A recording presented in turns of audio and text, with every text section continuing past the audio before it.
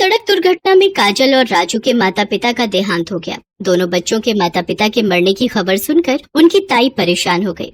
अरे तुम चिंता क्यों करती हो उर्मिला, मैंने वकील साहब को बुला लिया है, 1-2 दिन में आ जाएंगे। फिर भैया की दुकान और मकान सबका हिसाब किताब वो हमें समझा देंगे।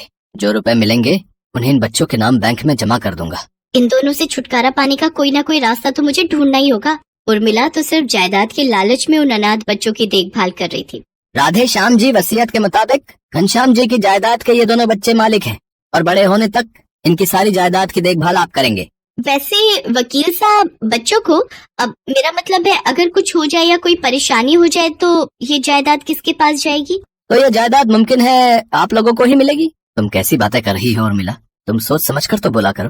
अरे मेरा वो मतलब नहीं था वकील साहब, भगवान न करे दोनों बच्चे बड़े होकर किसी बुरी लत संगत में पड़ गए तो जायदाद को अगर उन दोनों ने बर्बाद कर दिया तो मैं इन दोनों की माँ की तरह ही देखभाल करूं और बड़े होकर ये अपने माता पिता की जायदाद उड़ा दे, मेरी ना सुने। हाँ ये बात भी सही है, अब आप ही इनके माता पिता हैं, इनको अच्छी संगति और अच्छे संस्कार अब आपने ही देने हैं। अच्छा मैं चलता हूँ, नमस्ते। वकील के जाने के बाद उर्मिला, काजल और राजू दोनों बच्चों को रास्ते से हटाने की योजना बनाने लगती है और उसे जल्दी ही मौका मिल जाता है। उर्मिला मैं कल सुबह तक वापस आ जाऊंगा। आपने भी आज ही जाना था, आपको पता था कि सूरजपुर गांव में मेला लगने वाला है, हम सब मिलकर मेला देखने चलते कितना अच्छा होता। कोई बात नहीं उर्मिला, मैंने तांगे वाले को बोल दिया है, वो तुम सबको सूरजपुर गांव छोड़ आएगा। फिर तुम वहां से शाम तक वापस आ जाना, बच्चे मेले में घूम लेंगे। मेरा जाना बहुत जरूरी है, जमीन का सौदा मेरे हाथ से निकल गया तो बहुत नुकसान हो जाएगा। नहीं नहीं नहीं, तुम अपना काम करके आओ, बच्चों को मैं घुमा लाऊंगी। संजू, चारू, काजल, राजू तुम सब तैयार हो जाओ, मैं तुम्हें मेला घुमाने ले जाऊंगी। राधे श्याम अपने जरूरी काम से चला जाता है और उर्मिला बच्चों को तांगे में बिठाकर सूरजपुर गांव मेला घुमाने ले जाती है। यही अच्छा मौका है, बच्चों को मेले में छोड़ देती हूँ, यहाँ भीड़ में इनको कुछ समझ नहीं आएगा, अपने आप इधर उधर कहीं खो जाएंगे। काजल, राजू तुम दोनों वो सामने झूला झूलो, तब तक मैं तुम दोनों के लिए आइसक्रीम खरीद कर लाती हूँ। संजू, चारू चलो तुम दोनों मेरे साथ आइसक्रीम खरीदते चलो। पर मम्मी मुझे झूला झूलना है। हाँ मम्मी मुझे भी। चुपचाप मेरे साथ आइसक्रीम लेने चलो, मैं अकेली थोड़ी जाऊंगी। उर्मिला बच्चों को लेकर घर आ जाती है। बच्चों के पूछने पर वो उन्हें बहाना कर देती है। काजल और राजू उर्मिला को पूरे मेले में ढूंढने लगते हैं पर उन दोनों को उर्मिला कहीं भी नजर नहीं आती। दोनों बच्चे रोने लगते हैं। धीरे धीरे मेला खाली होने लगता है। काजल और राजू रोते रोते मेले के बाहर आने लगते हैं। आते जाते लोग उन दोनों को देख रहे थे पर कोई भी उनके पास रुक नहीं रहा था। तभी एक बूढ़ी औरत काजल और राजू के पास आती है। बच्चों तुम रो क्यों रहे हो? तुम्हारे माता पिता कहाँ गए? दादी माँ, हम अपनी ताई जी के साथ मेला देखने आए थे पर ताई जी कहीं भी दिखाई नहीं दे रही। अब हम घर कैसे जाएंगे? चिंता मत करो बच्चों, मैं तुम्हें तुम्हारे घर तक पहुँचा दूंगी। मैं एक जादूगरनी हूँ और यहाँ मेले में जादू दिखाती हूँ। मेरे पास ये जादुई गोला है जिसमें मुझे ये पता चल जाएगा कि तुम्हारा घर कहाँ है, फिर मैं तुम्हें तुम्हारे घर छोड़ दूंगी। बूढ़ी जादूगरनी अपने थैले में से एक कांच की गेंद निकालती है। उस गेंद में काजल और राजू का घर दिखाई दे जाता है। बच्चों तुम्हें भूख लगी होगी, चलो पहले तुम कुछ खा लो, उसके बाद मैं तुम्हें तुम्हारे घर छोड़ दूंगी। बूढ़ी जादूगरनी हवा में हाथ घुमाती है। उसके सामने एक जादुई चूल्हा आ जाता है। बच्चों बताओ तुम क्या खाओगे? तुम इस जादुई चूल्हे से जो भी मांगोगे ये तुम्हें झट से बना कर दे देगा। सच दादी माँ, फिर तो मुझे ढेर सारी जलेबी खानी है, मैंने बहुत दिनों से जलेबी नहीं खाई। दादी माँ मुझे तो पूरी सब्जी खानी है। ठीक है तो देखो मेरा जादू, जादुई चूल्हा जल जाए, गरम जलेबी बन जाए, जादुई चूल्हा जल जाए, पूरी सब्जी बन जाए। जादूगरनी के ये बोलते ही जादुई चूल्हे के जादू से बर्तन में खाना बनने लगा। काजल और राजू ये सब देखकर बहुत खुश थे। दोनों ने भरपेट खाना खाया। बच्चों अब मैं एक चुटकी बजाऊंगी और तुम अपने घर पहुंच जाओगे। और हाँ, ये चूल्हा मैं तुम्हें उपहार में दे रही हूँ। जब भी तुम्हें भूख लगे तुम इस जादुई चूल्हे से जो भी मांगोगे वो बनकर तैयार हो जाएगा। चलो अब मैं तुम्हें घर पहुँचा देती हूँ। खूब खाओ मौज उड़ाओ, अब तुम अपने घर को जाओ। बूढ़ी जादूगरनी जैसे ही चुटकी बजाती है, काजल और राजू घर के अंदर होते हैं। उन्हें अपने सामने देखकर उर्मिला चौंक जाती है। अरे तुम दोनों वापस आ गए? अब मतलब तुम दोनों को यहाँ कौन छोड़ गया? ताई जी, हम मेले में आपको ढूंढ रहे थे, फिर हमें एक दादी माँ मिली, उन्होंने हमें यहाँ पहुँचा दिया। ताई जी, हम तो बहुत डर गए थे, आप भी हमारे लिए परेशान हुई होगी ना? हाँ हाँ, मैंने भी तुम्हें बहुत ढूंढा था, पर तुम दोनों मिले ही नहीं। चलो अच्छा है तुम दोनों घर आ गए, वरना तुम्हारे ताऊजी बहुत परेशान होते। काजल और राजू कमरे में चले जाते हैं और उस चूल्हे को अपने संदूक में रख देते हैं। उर्मिला का सारा ध्यान काजल और राजू पर ही था, इसलिए उसने चूल्हे की तरफ नहीं देखा। उर्मिला अब दूसरा रास्ता सोचने लगी। घी सीधी उंगली से ना निकले तो उंगली टेढ़ी करनी पड़ती है। अब सीधे रास्ते से तो इनकी जायदाद मेरे हाथ आएगी नहीं, मुझे टेढ़ा ही बनना पड़ेगा। दोनों को भूखा प्यासा रखूंगी, सारे करके काम करवाऊंगी, तो अपने आप कमजोर होकर दोनों एक दिन मर जाएंगे। मैं भी देखती हूँ ये सारी जायदाद मेरी कैसे नहीं होती। मैं इनकी नौकरानी नहीं हूँ कि पाल पोस कर इनको बड़ा करूँ और बड़े होकर ये अपनी जायदाद लेकर अलग हो जाए और मजे उड़ाए। अगले दिन से उर्मिला ने सख्ती से पेश आना शुरू कर दिया। वो काजल और राजू को बहुत तंग करती थी। वो उनसे सारे घर के काम करवाने लगी और उन्हें भूखा प्यासा भी रखती थी। इस बारे में राधे श्याम को कुछ भी पता नहीं था। काजल दीदी, ताई जी को क्या हो गया है? वो हमसे अच्छे से बात नहीं करती हैं और हमें खाने को भी कुछ नहीं देती। मुझे तो बहुत भूख लगी है दीदी। तू चिंता मत कर राजू, हमारे पास वो दादी माँ का दिया जादुई चूल्हा है ना, मैं अभी संदूक से निकालती हूँ, फिर हमें ढेर सारा खाना मिल जाएगा। काजल संदूक में से चूल्हा निकालती है और दोनों मिलकर ढेर सारे पकवान खाते हैं। अब तो रोजाना ही जब काजल और राजू काम करके थक जाते तो जादुई चूल्हे से बने खाने को खाकर पेट भर लेते। एक दिन उर्मिला की नजर उन पर पड़ गई। राजू और काजल दोनों खाना खा रहे थे, तभी वो गुस्से में वहाँ आई। तुम्हें ये चूल्हा कहाँ से मिला? मैं तो तुम्हें भूखा रखती हूँ। अच्छा, तो तुम इस चूल्हे पर बना खाना खाते हो? ताई जी, ये जादुई चूल्हा है, ये हमें दादी माँ ने दिया था जो हमें मेले में मिली थी। इस चूल्हे से जो भी खाना मांगो वो झट से मिल जाता है। तो ये बात है, अब ये जादुई चूल्हा मेरे पास रहेगा, तुम दोनों भूखे रहोगे। चलो जाओ, जाकर काम करो, तब तक मैं इससे खाना मांगती हूँ। ओ जादुई चूल्हे, जल्दी से मुझे खीर बना कर दे।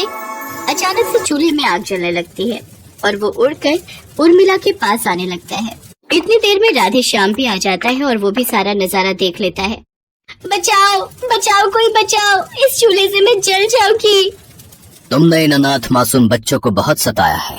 बिन माँ बाप के बच्चे तुम्हें अपनी माँ समान मानते हैं और तुम इन्हें भूखा प्यासा रखकर सारे काम करवाती हो। तुम इन्हें मेले में अकेला छोड़कर आई ताकि ये बच्चे कहीं खो जाएं। आज तुम्हें कोई नहीं बचा सकता। मुझसे गलती हो गई, मुझे माफ कर दो, मैं अब कभी भी ऐसा नहीं करूंगी। उर्मिला, तुमने मेरी पीठ पीछे भैया भाभी के बच्चों के साथ ऐसा बुरा व्यवहार किया।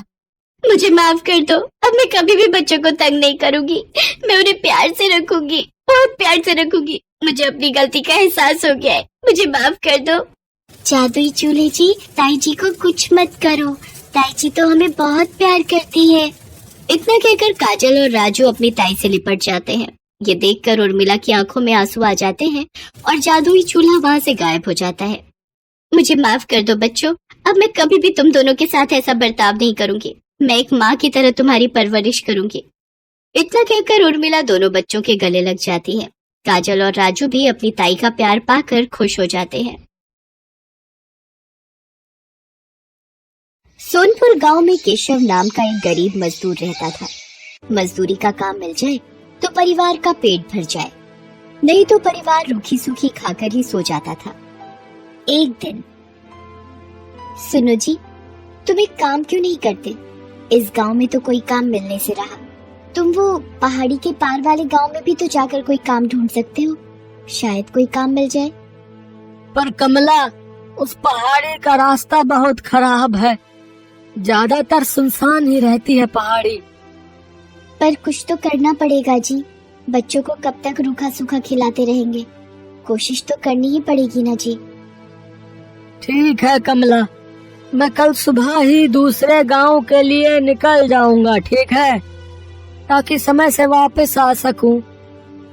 कमला अगले दिन केशव को कुछ भुने चने और गुड़ बांध कर देती है। सुनो, ये कुछ भुने चने और गुड़ लेते जाओ, रास्ते में भूख लगेगी तो खा लेना। केशव मजदूरी करने के लिए दूसरे गांव निकल पड़ता है। वो उस पहाड़ी के रास्ते चलता जाता है। आधे रास्ते चलने पर केशव थक जाता है। वो सोचने लगता है, थोड़ी देर यहीं इस पेड़ के नीचे आराम कर लेता हूँ, फिर आगे बढ़ूंगा।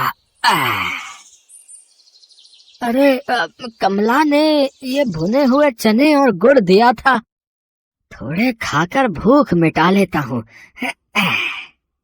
केशव जैसे ही चने और गुड़ खाने लगता है, एक चींटी उसके पास आती है। भैया, क्या थोड़ी सी गुड़ और चने मुझे दे सकते हो? मैं और मेरी बहनें भूखी हैं। हमने बहुत दिनों से कुछ नहीं खाया है। तुम्हारी बड़ी मेहरबानी होगी। हाँ हाँ, ये लो, तुम इन गुड़ और चनों से अपना और अपनी बहनों का पेट भर लो। चींटी खुशी खुशी वो गुड़ और चने अपनी बहनों को खिलाती है। जैसे ही चींटियाँ गुड़ और चने खाती हैं, देखते ही देखते वो सब सुंदर परियां बन जाती हैं। केशव ये सब देखकर हैरान रह जाता है। शुक्रिया रागी, आज तुम्हारी वजह से हम श्राप से मुक्त हो गई। हम परीलोक से धरती पर घूमने निकली थी। इस पेड़ के नीचे एक महात्मा भोजन कर रहे थे। हमने भूल से उनके भोजन में कक्कड़ फेंक दिए, जिससे उन्होंने हमें चींटी बना दिया और श्राप दिया कि जब तक कोई राहगीर हमें भोजन नहीं देगा, हम अपने असली रूप में नहीं आ पाएंगे। पर तुम इस पहाड़ी पर कैसे? यहाँ तो कोई नहीं आता जाता। केशव परियों को सारी आपबीती सुनाता है, जिसे सुनकर परियां भी बहुत दुखी होती हैं। वो केशव से कहती है, तुम चिंता मत करो केशव, तुमने आज हमारी सहायता की है, इसलिए हम भी बदले में तुम्हें कुछ देना चाहते हैं। ये जादुई चूल्हा है, इस पर बर्तन रखते ही ये जल उठेगा और तुम जो भी कुछ खाने को मांगोगे बर्तन में पक जाएगा। मैं तुम्हें एक मंत्र बताती हूँ। जैसे ही तुम एक थी दुल्हन एक था दूल्हा, बंद हो जा जादुई चूल्हा बोलोगी, चूल्हा खाना पकाना रोक देगा। केशव को जादुई चूल्हा देकर परियां अपने लोक में वापस चली जाती हैं। केशव वो चूल्हा लेकर खुशी खुशी घर वापस आ जाता है। अरे, तुम तो बहुत जल्दी वापस आ गए, और ये चूल्हा कैसा? अरे कमला रुको, मैं तुम्हें एक जादू दिखाता हूँ। तुम एक पतीली लेकर आओ। हाँ। कमला एक खाली पतीली लेकर आती है। केशव पतीली को जादुई चूल्हे पर रखता है और चूल्हा जल उठता है। केशव दाल बोलता है और पतीली दाल से भर जाती है।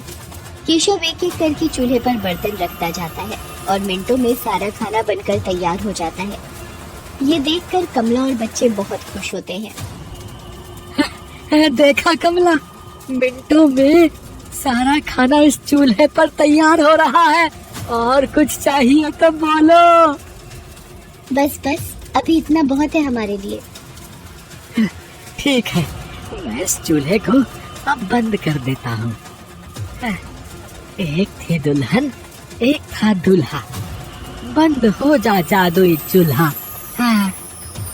केशव मंत्र बोलता है और चूल्हा बंद हो जाता है। अब केशव के परिवार को भूखा भी नहीं सोना पड़ता था। एक दिन, सुनो जी, मैं सोच रही हूँ क्यों ना हम एक चाय का ढाबा खोल लें।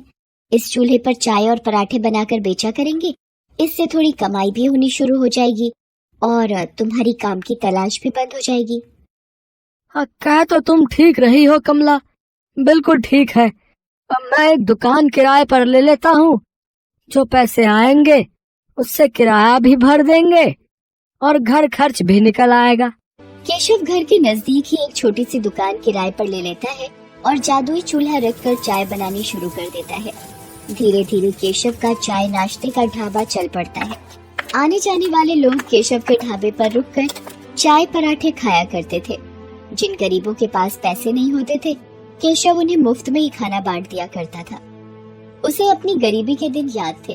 धीरे धीरे केशव की गरीबी की हालत में सुधार होने लगता है। एक दिन, अरे भाई केशव, कैसे हो? अरे मोहन, अरे तुम शहर से कब आए भैया? हैं? गांव का तो रास्ता ही भूल गए लगता है। बस काम से फुर्सत ही नहीं मिलती। वो तुम्हारी भाभी को यहाँ गांव में कुछ काम था ना, तो 2-1 दिन के लिए आए हैं। मैंने सुना है तेरे तो बारे न्यारे ही हो गए हैं। तूने ढाबा खोल लिया यार, जिसकी चर्चा पूरे गांव में हो रही है। हाँ मित्र, बस सब भगवान की कृपा है। बात कुछ और ही है, ये ऐसे नहीं मानेगा, मुझे सच का पता लगाना ही होगा। अगले दिन केशव ढाबे पर जाता है। मोहन भी उसके पीछे पीछे जाता है। अरे मोहन, अरे इतनी सुबह सुबह। मैंने सोचा कल वापस शहर जा रहा हूँ, तो आज तुम्हारे ढाबे पर ही चाय नाश्ता कर लूं, है कि नहीं? पता नहीं शहर से फिर कब आना हो। हाँ हाँ मोहन, बिल्कुल बिल्कुल भाई, ये भी कोई कहने की बात है। अरे तुम बैठो, मैं तुम्हारे लिए चाय और पराठा लेकर आता हूँ ना। केशव ढाबे की रसोई में चला जाता है। मोहन केशव को छुपकर देखने लगता है। ये क्या जादू है? केशव ने इस चूल्हे पर पतीली रखी और खाली पतीली चाय से भर गई। अरे अभी तवा रख रहा है, ये क्या, पराठा भी बन गया? ये तो कोई जादुई चूल्हा है।